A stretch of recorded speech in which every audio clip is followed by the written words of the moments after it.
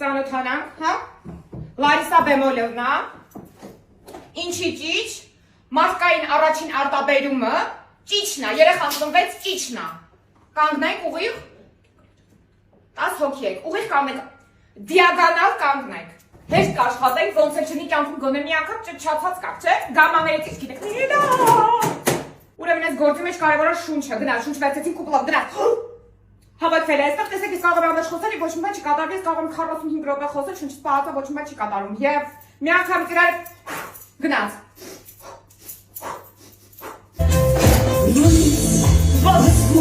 ներքևից, հանդիսատեսին են, բացի բերանը, ներքև, լավն է երկը, ուղիղ, գազին կաման,